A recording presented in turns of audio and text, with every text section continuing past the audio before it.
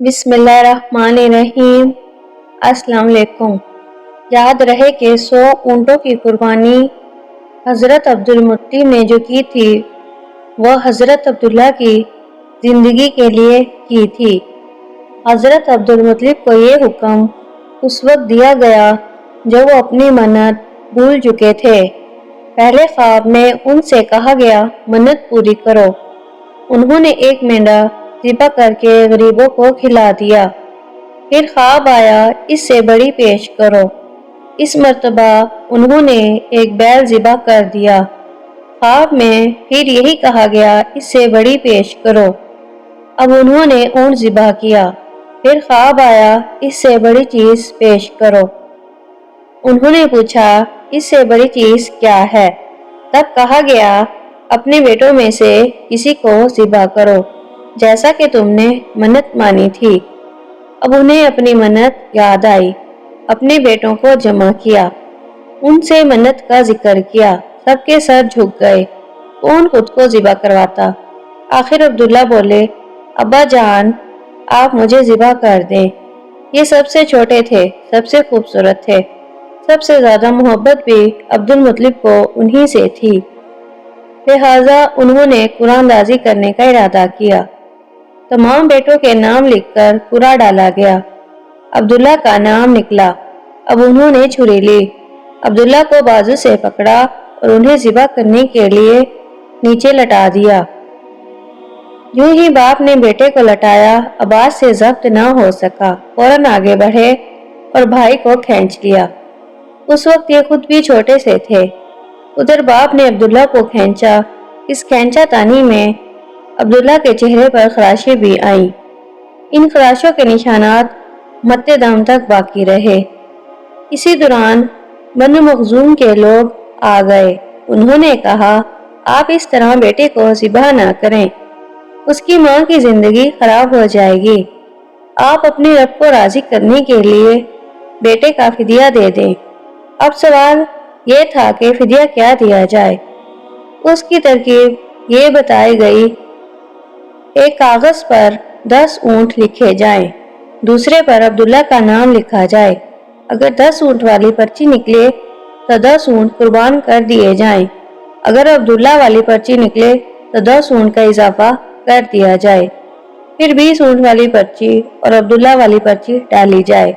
اب اگر 20 اونٹ والی پرچی نکلے تو 20 اونٹ قربان کر دیے جائیں، ورنہ 10 اونٹ اور بڑھا دیے جائیں۔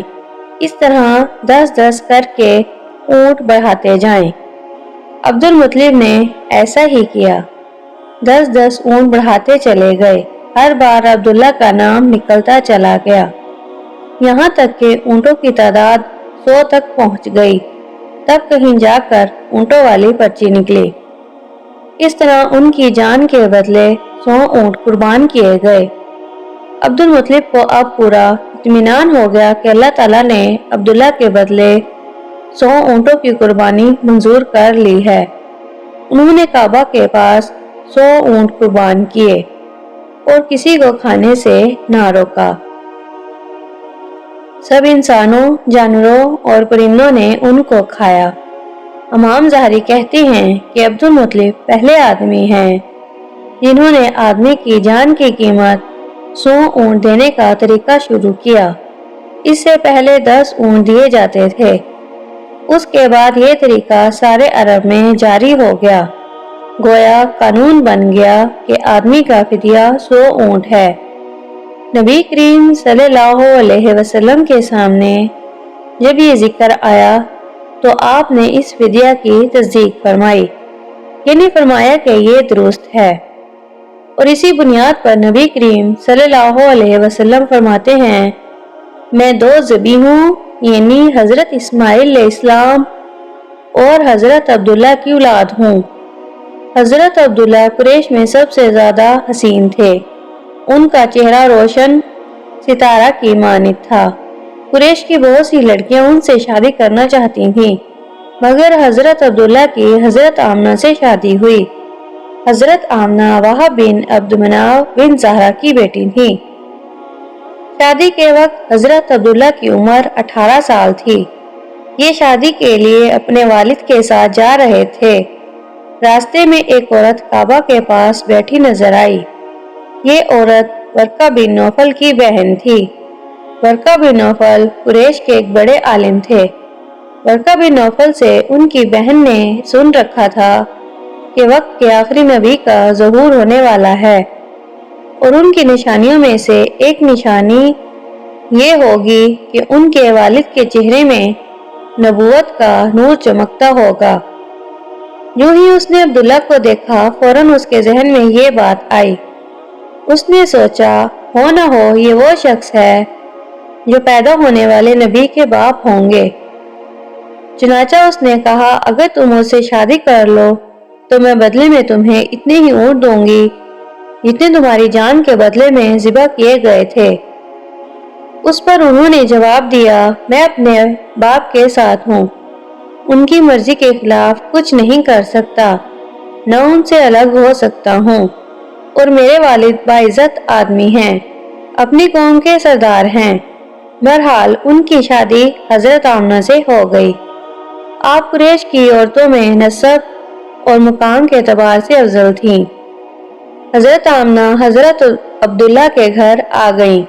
آپ فرماتی ہیں جب میں ماں بننے والی ہوئی تو میرے پاس ایک شخص آیا، یعنی ایک فرشتہ انسانی شکل میں آیا۔ اس وقت میں جاگنے اور سونے کے درمیانی حالت میں تھی۔ عام طور پر اس حالت کو غنودگی کہا جاتا ہے۔ اس نے مجھ سے کہا تمہیں معلوم ہے تم اس امت کی سردار اور نبی کی ماں بننے والی ہو۔ اس کے بعد وہ پھر اس وقت آیا جب نبی صلی اللہ علیہ وسلم پیدا ہونے والے تھے۔ اس مرتبہ اس نے کہا جب تمہارے ہاں پیدائش ہو تو کہنا میں اس بچے کے لیے اللہ کی پناہ چاہتی ہوں ہر حسد کرنے والے کے شر اور برائی سے۔ پھر تم اس بچے کا نام محمد رکھنا، کیونکہ ان کا نام تورات میں احمد ہے، اور زمین اور آسمان والے ان کی تعریف کرتے ہیں، جبکہ قرآن میں ان کا نام محمد ہے، اور قرآن ان کی کتاب ہے۔ ایک روایت کے مطابق فرشتے نے ان سے یہ کہا تم وقت کے سردار کی ماں بننے والی ہو۔ اس بچے کی نشانی یہ ہوگی کہ اس کے ساتھ ایک نور ظاہر ہوگا جس سے ملک شام اور بصرہ کے محلات بھر جائیں گے۔ جب وہ بچہ پیدا ہو جائے گا تو اس کا نام محمد رکھنا، کیونکہ تورات میں ان کا نام احمد ہے کہ آسمان اور زمین والے ان کی تعریف کرتے ہیں، اور انجیل میں ان کا نام احمد ہے کہ آسمان اور زمین والے ان کی تعریف کرتے ہیں، اور قرآن میں ان کا نام محمد ہے۔ حضرت عبداللہ کے چہرے میں جو نور چمکتا تھا شادی کے بعد وہ حضرت آمنہ کے چہرے میں آ گیا تھا۔ امام ظاہری فرماتے ہیں حاکم نے یہ روایت بیان کی ہے اور اس کو صحیح قرار دیا ہے کہ صحابہ رضی اللہ عنہ نے حضور نبی کریم صلی اللہ علیہ وسلم سے عرض کیا اے اللہ کے رسول ہمیں اپنے بارے میں کچھ بتائیں۔ آپ صلی اللہ علیہ وسلم نے ارشاد فرمایا میں اپنے باپ ابراہیم علیہ السلام کی دعا ہوں، اپنے بھائی عیسیٰ علیہ السلام کی بشارت ہوں اور خوشخبری ہوں۔ جب میں اپنی والدہ کے شکم میں آیا تو انہوں نے دیکھا گویا ان سے ایک نور ظاہر ہوا ہے جس سے ملک شام میں بصرہ کے محلات روشن ہو گئے۔ حضرت آمنہ نے حضرت حلیمہ سعدیہ سے فرمایا تھا میرے اس بچے کی شان نرالی ہے، یہ میرے پیٹ میں تھے تو مجھے کوئی بوجھ اور تھکن محسوس نہیں ہوئی۔ حضرت عیسیٰ علیہ السلام وہ آخری پیغمبر ہیں جنہوں نے آپ صلی اللہ علیہ وسلم کی آمد کی خوشخبری سنائی ہے۔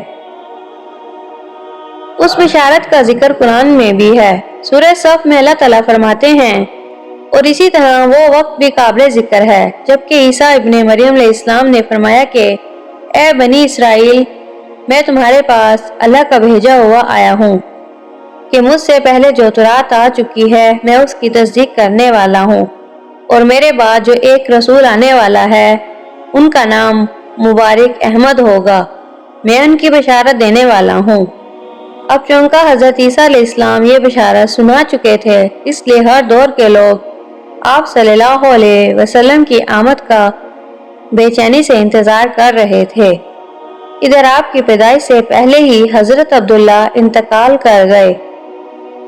سابقہ کتب میں ان کی نبوت کی ایک علامت یہ بھی بتائی گئی ہے کہ آپ کے والد کا انتقال آپ کی ولادت سے پہلے ہو جائے گا۔ حضرت عبداللہ ایک تجارتی قافلے کے ساتھ تجارت کے لیے گئے تھے۔ اس دوران بیمار ہو گئے اور کمزور ہو کر واپس لوٹے۔ قافلہ مدینہ منورہ سے گزرا تو حضرت عبداللہ اپنی ننیال یعنی بنو نجار کے ہاں ٹھہرے۔ ان کی والدہ بنو نجار سے تھیں۔ 1 ماہ تک بیمار رہے اور انتقال کر گئے۔ انہیں یہیں دفن کر دیا گیا۔ تجارتی قافلہ جب حضرت عبداللہ کے بغیر مکہ مکرمہ پہنچا اور عبد المطلب کو پتہ چلا کہ ان کے بیٹے عبداللہ بیمار ہو گئے ہیں اور مدینہ منورہ میں اپنی ننیال میں ہیں تو انہیں لانے کے لیے عبد المطلب نے اپنے بیٹے زبیر کو بھیجا۔ جب یہ وہاں پہنچے تو عبداللہ کا انتقال ہو چکا تھا۔